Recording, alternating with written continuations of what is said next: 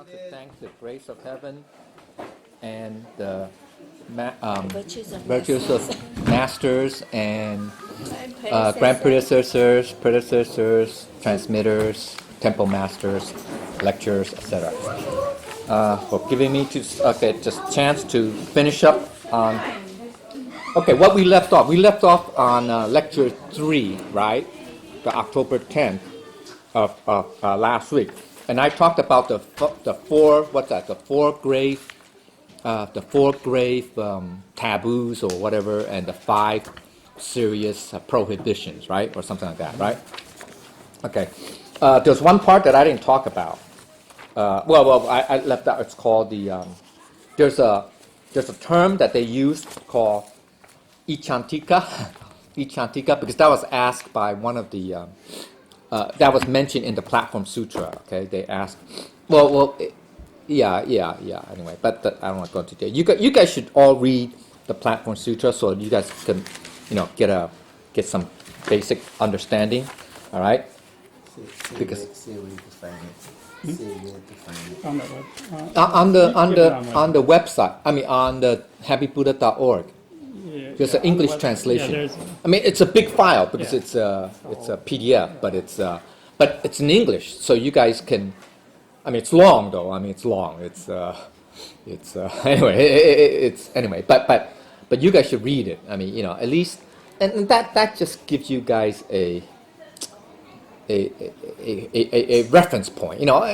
Some basis. You need a basis because in our lectures we're not gonna go through the whole, word by word, because we just don't have the time. I mean, that's just a time constraint. We're just going to go over the highlights, the detail, the summarize, and some key points. But the rest is, so that's just like a structure, a skeleton. I mean, the rest is up for you guys to read on your own, to fill in, right? So, and also the idea is that hopefully when you read it, you start to ask your own questions. And that's really a sign of learning. I mean, because if you just listen, it's too passive. It's just one way. It's not real learning, all right? So you have to be engaged. I think the whole idea is if you read it and you have questions, that means you're engaged. You get it? Grok? Okay, you get it? Yeah. Okay, so otherwise, if you don't, then you're not going to get anything out of it. So like anything else, like everything else in this physical phenomena, in this physical world, whatever effort you put in, you'll get back, period. So if you put in 0 effort, you get 0 back. Very simple. That's really law of causality. That's really a special case of law of causality. So whatever effort you put in, you'll get back. You put in 100% effort, you get 100% or more. So that's the key. So the question is, in this life, how much effort we're going to put in, right? That's a question you want to ask yourself, and you have to, remember, what's the biggest single biggest issue in life? Is it worry about, how much money I'm going to make or whatever? Really, it's what? Life and death. When it come time for your last breath, who cares about what are the other stuff? Who cares? You're going to take it with you? Of course not, right? So that's why. So bear that in mind.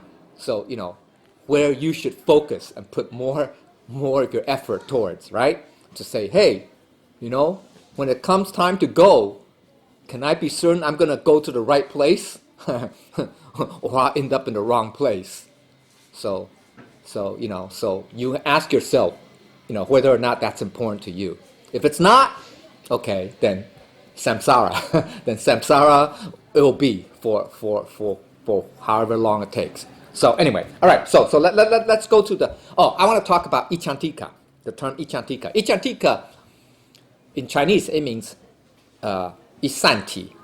Isanti. Isanti means a person who has no redeeming value, no good qualities, no good qualities, period. You can say they're absolute evil or close to absolute evil. They have no redeeming values. That's pretty sad. Okay, I mean that's you can say that's a that's a you can say that's a pejorative term that you give to somebody, right? Who's hopeless, who has no hope of enlightenment. Okay, not just enlightenment. They have no redeeming values. They're not even a good person. Period. Okay, whatsoever. Okay, so that question was brought up, and one of the I forgot which disciple, is it Kasyapa or somebody? Anyway, asked Buddha, say, well, what about Ichantikas? Don't they have? Do Ichantikas have any hope becoming enlightened Buddhas? And so, what did Buddha say? What did Buddha say? No, right? No, yeah. What did Buddha say? We have to see this. This comes down to the crux, to the fundamental core, 核心. Okay, the 核心, that's the core, right? The core, the essence of the whole Buddha nature class. Okay, really, of any sutras, really. We have to understand. We say somebody's an ichantika, person who has no redeeming value, nothing good, period, in them. Does that mean that so therefore, does that mean that they cannot be enlightened Buddhas? Well, that's true. That's true. But what Buddha said, what Buddha told his disciple was that a person who's considered an ichantika, yes, that person has no good root. In other words, literally, that's the literal translation. A person without good roots. Okay. In this life, in this lifetime, or maybe possible next future, a couple life, or in the short term, maybe that's a better way of phrasing it. In the short term, does not have hope. That's true. But what Buddha said is also that does not mean that person is forever condemned to become an enlightened. You get it? Okay? And there's a reason. There's a reason why. It's very crucial. If you understand this, you should understand what Buddha nature is. What Buddha said is this. That ichantika, person of no good roots, also has a Buddha nature. Correct? Correct? So it's not that the Buddha nature has no good roots. That's not. A Buddha nature is non-dual. It's absolute. It always is. It's pure. We call it pure. It's pure still. The four wu liang xing, right? The four immeasurable minds. That's what our Buddha nature is. We call it that way. Okay. It's true that actually, it's neither compassion or mercy or joy. It's neither that. It's indescribable from that perspective, from their absolute perspective. Because when we say something is happy, right? When somebody is happy, merciful, that's dialectical, isn't it? Isn't that dialectical? Because we say 有善, then what's the opposite? 有恶. Yeah. So if we say somebody's good, or somebody's happy, or somebody's compassionate, somebody's merciful, isn't that dialectical? Because there's an opposite. There's an opposite. Isn't that true? There's an opposite. What's opposite of mercy? Evil. Or you can say, all right? Right? Cruelty. Right. Yeah, merciless. Compassion. Right? What's opposite of compassion? You can say cruel. Right? Cruelty. Right? Opposite of happiness. Joy. Is what? Sadness. Right?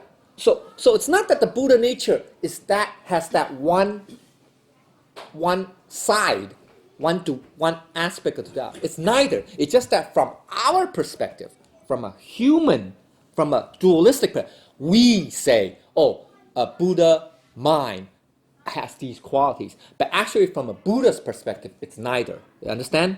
Okay? The reason why we say Buddha mind, the four immeasurable minds, right, has infinite happiness or boundless compassion, right, limitless mercy, and infinite equanimity. It's because in a Buddha mind, in that Buddha state of mind, whatever they say or do or think or whatever is just is. It just is. 如来, right? Tathata. And that tathata, in our perspective, is merciful, compassionate. You get it? It's like that, okay? It just is. It's like that. Because that's its Buddha nature. It's just like that, okay? Now, so what Buddha is saying that person, even though that Ichantika has no good qualities, nothing redeeming, nothing that's worth, whatever, no good, that person still has a Buddha nature. It's just that person's mind is, or they call it the root. You can say the person, the mind, the consciousness of that person, or that conscience of that person is evil. You get it? So that's separation. That's separate from a Buddha nature. Understand? So we have to understand that. So in other words, another way of saying is that even in this world, we can say, oh, person is very bad. That's true. That's her. But it does not mean that person has an evil Buddha nature. You get it? It's just that, that person's evil now, so that person's chances of attaining enlightenment in this lifetime is probably very slim. But that does not mean that in some future life, that person can also become enlightened. You get it? Because they still have a Buddha nature. Understand? Okay, so that's the difference. There's a story. You guys should read it up. I don't want to go into detail because of time.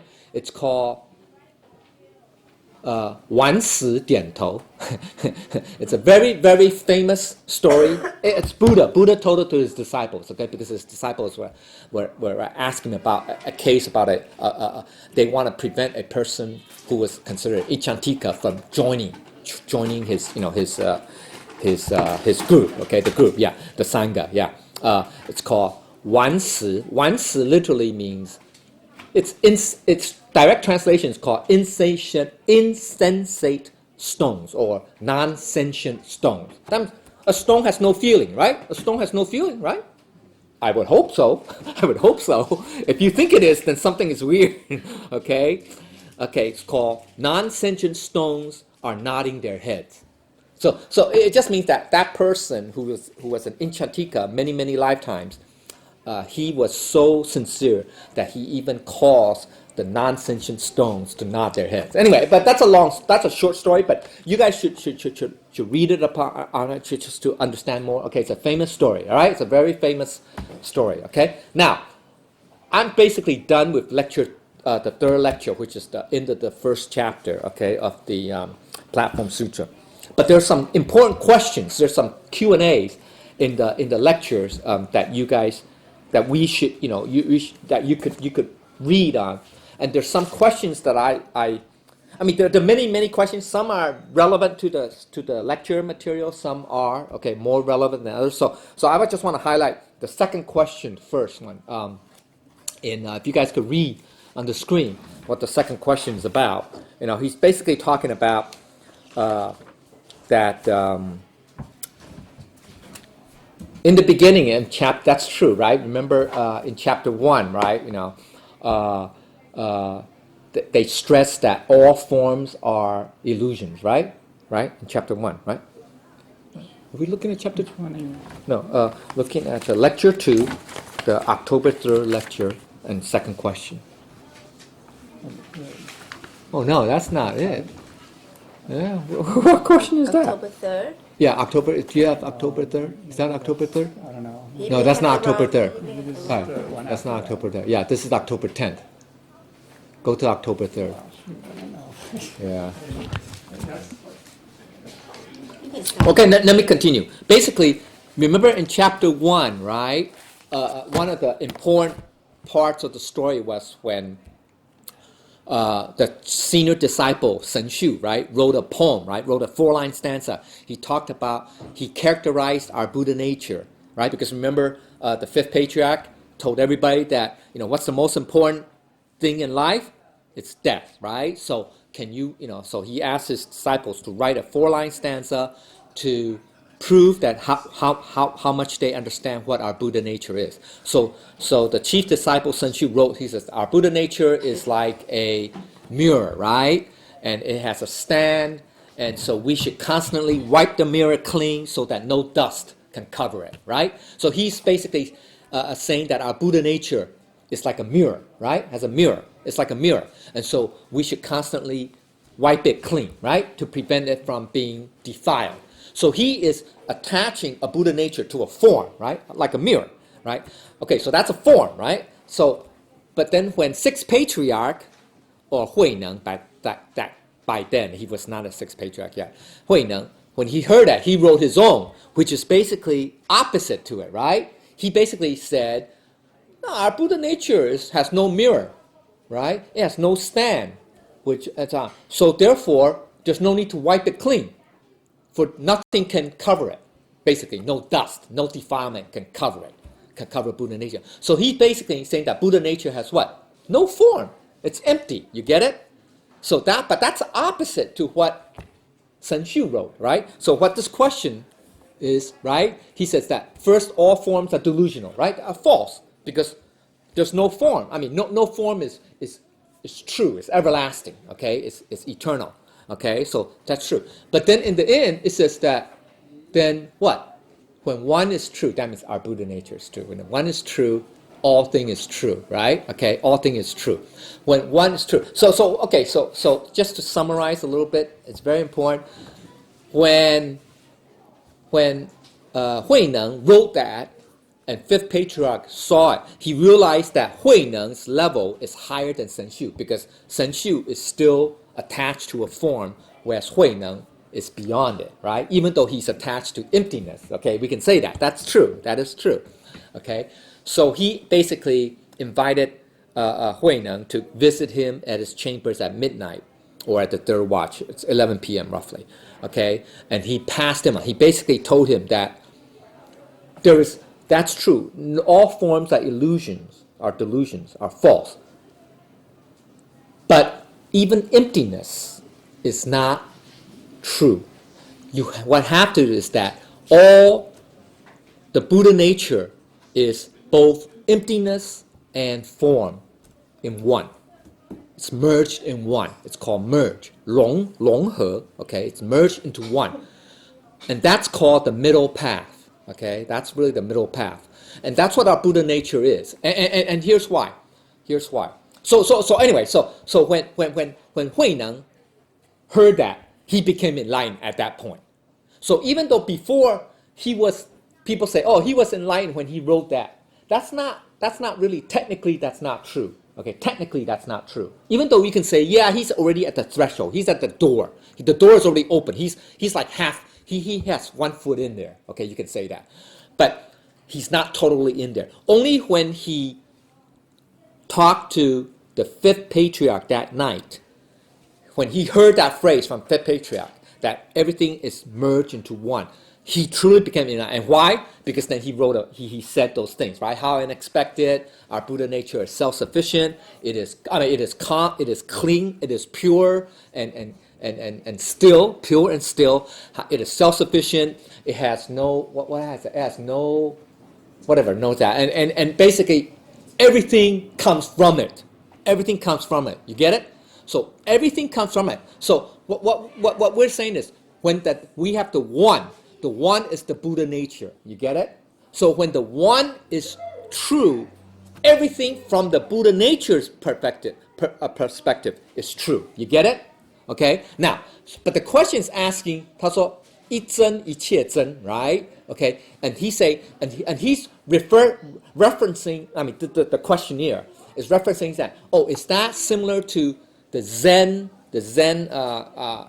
phrase saying that, I see a mountain, it's a mountain. I see a river, it's a river. But now I see a mountain, it's not a mountain, and it's not a river. But later, I still see the mountain, it's still a mountain, and I still see a river, it's still a river. You get it? Now, what does that mean? What does that mean? The first phrase, he says, I see a mountain. We attach to form. We see a form. Yeah, we say, hey, that's a mountain, so of course it's a mountain. That's a river, of course it's a river, because it's the form that we perceive as real. As real. You get it? So that's like what Sun Xiu, attachment to the form is. You get it? Okay? But then later, after cultivated, like Huineng, he would say, no, that's not a mountain. That's not a river. Why? Because he said, these forms, these mountains, these rivers, don't last forever. don't last forever. That's why they're not real. You get it? They only see it now. We see the Himalayas now, but 500 million years ago, there was no such thing as Himalayas. It was under the ocean. You get it? So there was no mountain. You get it? So, because why? Forms are constantly changing. So they're not everlasting. So that's why, from a Huineng's point of view, he's saying, those are all false. So all the forms are false. You get it? So that's what the second phrase means. So when I see a mountain, it's not a mountain. When I see a river, it's not a river. Because these forms are false. So that's really attached, you're saying, you're looking at from the view of emptiness, 空. You get it? So one is a form and one is emptiness. See, so those are two dialectic. So they're dialectic, 相对. One is a form. I see a mountain, it's a mountain. One is an emptiness. I see a mountain, it's not a mountain. You get it? Okay? So that's the second phrase. Now, what's the third phrase? But now I see a mountain, it's still a mountain. And I see a river, it's still a river. What does that mean? What it means is that from your Buddha nature perspective, as long as you see everything, or as long as everything comes from, you don't have to say see, as long as everything comes from your Buddha nature, it's true. You get it? So the third phrase, he's saying not using his eyes and his brains on his mind to perceive. You get it? To perceive the mountain. You get it? It's using that person's Buddha nature. You get it? It's the Buddha nature that is perceiving it or letting it, allowing it. You get it? So when the Buddha nature say, in this case, say, I see a mountain. It's a mountain still. You see? But it's from the Buddha nature perspective. So it's beyond the form and the emptiness. You get it? So it's really a combine, right? When you think about it. So it's a merging. So that's absolute. Because Buddha nature is absolute. Buddha nature has no duality. You get it? No duality. Okay? No duality. We say there is because we only say it because that's how we can express it. Actually, Buddha nature is part of the four stanza. It's called four phrase. 四季. You know, 四季. Very, very famous. It's called the they call it four alternatives or four propositions. It's the Buddha nature. Describe Buddha nature. Actually, it's indescribable, but it's inconceivable, 不可思议. But Buddha nature is not this. It's not the following. It has no form. But it's not also neither emptiness either. Okay? And it's neither form and emptiness. And it's neither no form and no emptiness. What the heck? So it's none of the above. Isn't that how often like philosophers and poets kind of perceive things sometimes? Yeah, some you can say, yeah, some. But actually those four 四季, right? It's also used by Buddha to those four propositions are used by Buddha to counter there are six major schools of thought during Buddha's day. There are the eternalists, okay, which are the Brahmins, because they believe that there is a Brahma, there is a Vishnu, and there's a Shiva that are eternal. They're gods. They're basically deities. They last forever, eternal, okay. So they're called the eternalists, okay. Then there are the nihilists. It's another school. I forgot the name. The nihilist. Anybody know what nihilist means? Yeah, a nihilist. Yeah, just 灭主义. Nihilist basically says nothing exists. Nothing exists. Nothing is real. Nothing. It's basically emptiness. It's like saying emptiness. There's nothing. So even you don't exist. That's what a nihilist would say. Okay, but anyway, okay. So Buddha says, no, that's not true too. But anyway, okay, never mind. That's why he says there's a Buddha nature. There's a Tathagarbha. Okay, Tathagarbha, right? Tathagarbha. 如来, there's a 如来. Okay, so he used that to counteract, to counter the nihilists. He's saying, oh no, you guys are wrong. Because there is a Buddha nature. There's a Tathagarbha, okay, that exists.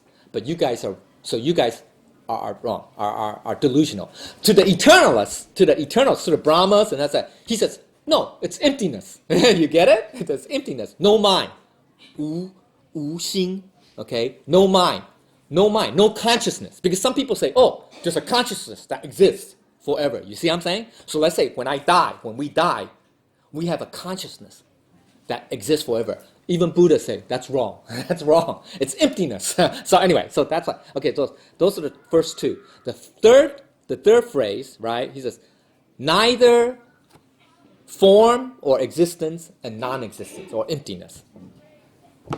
There's a school of thought back then, the Buddhists, right, of the 6 schools. Have you guys heard of existentialists? Yeah, there's existentialists. What does existentialist mean? Existential means, yeah, now we exist. Yeah, we exist now. Yeah, we exist. You and I exist. But then when we go, nothing left. Nothing is gone. It's all empty. You get it? So that's 有 跟 无, right? Yeah, it's both. We have form, existence, and non-existence or emptiness, right? So Buddha says, basically said to those existence, you guys are wrong too. You guys are wrong too. See? So smart. Buddha's very smart. And he says, why? Because it cannot be defined. It's neither existence nor non-existence. Okay. Anyway. Okay. But then there's the fourth phrase. What's the fourth phrase? It says there's neither existence and neither non-existence. What the heck? None of the above, neither. And who those people believe are? Anybody know who they are? Come on. Agnostics. Agnostics. Agnostics says, oh, maybe you exist, maybe you don't. Maybe there's no emptiness. Maybe, maybe. Okay? So they say neither, right? Neither. So Buddha tells them, you guys are wrong too.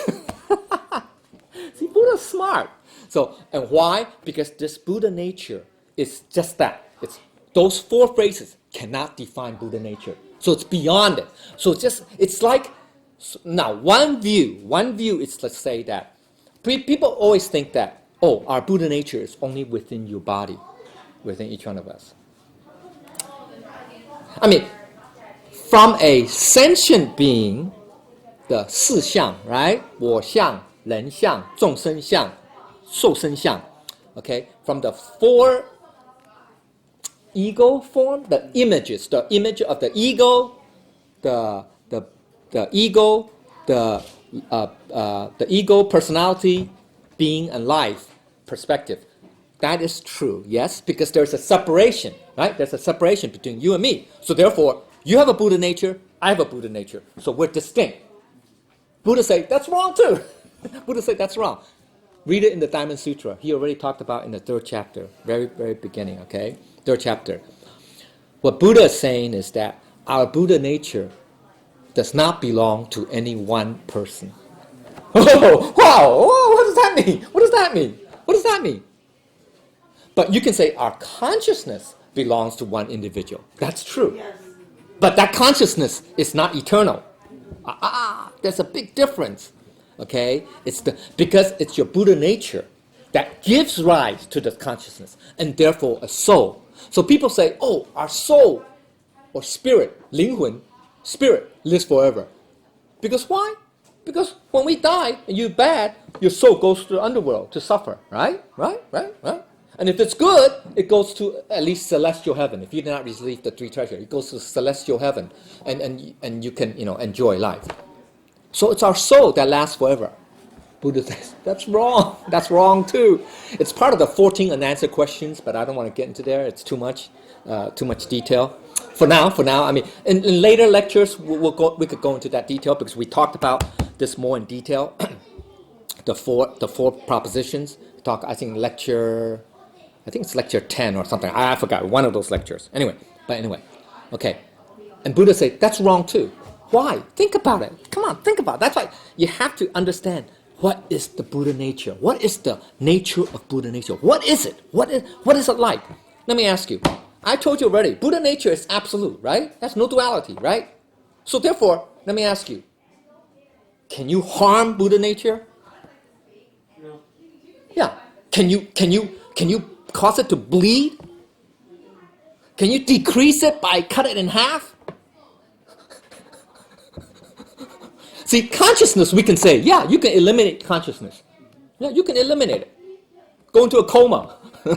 You go into a coma, unconscious. Right? That's called unconscious, right? So there's no conscious. It's different. So what suffers in hell, or what takes place, indulges in the temporal heaven? You can say yes, it's our soul. That is true. That is not false. Buddha did not say. That's why that's part of the 14 unanswered questions. But I don't want to get into that. But Buddha is saying that it's not your soul that's eternal. Think about it. If you're in hell suffering, is it the Buddha nature that's suffering? Then we just say Buddha nature can't be harmed. Buddha nature doesn't feel pain. Doesn't feel pain. So what feels pain? Yeah. I have an answer to that question Mm-hmm. from the point of view of the Vedas. Uh-huh. The soul itself, we call it the Jiva Atma, Mm-hmm. which is the individual soul. Okay, yeah. And it travels with the subtle body, which is made of the mind, the intelligence, and the con- ego. yeah, so yeah. they are the ones who suffer, Right. not the Jiva, not the soul. Right. Okay, yeah, he defined it as soul, right. What Buddha called it the Buddha nature. Now, the reason why, because when we use the term soul, it gets very, vague, and also it could be misleading, because different religions, think they use the term soul. Islam used the term soul too, okay? Christians use the term soul too, right? But they have different definitions regarding, you understand? So, what Buddha was saying is that what is suffering is not in hell, in the underworld, it's not the Buddha nature, but it's your soul, or we can say consciousness, or whatever you want to call it, define, whatever term. Yeah. And the reason why you have that soul or consciousness is because we still have what? Attachments. We still have desires. And it's because we have desires that creates a soul. Let me ask you, a piece of rock, does it have desires? Does it feel hot or cold? It's free, doesn't it? So it has no soul. We call it has no soul. It's non-sentient. Huh? It's insensate. It has no soul. But a human being or an animal, does an animal feel pain? So it has a soul. But therefore also it has a Buddha nature. Because the Buddha nature gives rise to the soul. You get it? The Buddha nature is the source. You can say it's the mother. It's the source. It's the foundation of all things. Conscious thought. Good or bad. Good or evil thoughts, too. Good or evil thoughts. Good or evil thoughts. Okay? What about plants? Plants have no soul. Yes, even though you can say, no. Okay, here's why.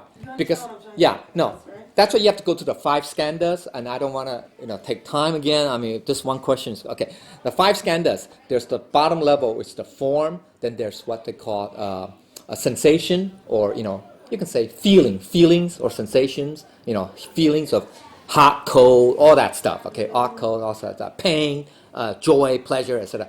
Then there is what we call the perceptions, or you can say basic thoughts, and then you can say mental formations or volition, right? That means you get ideas form, and then the last is consciousness.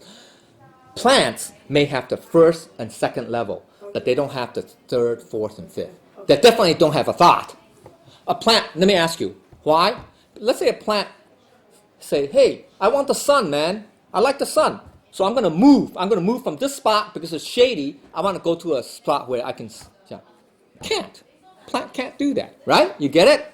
So therefore, even though it can sense heat or warmth or cold, but it can't have the volition, the thought, the idea to say, hey, I want to go from here to there.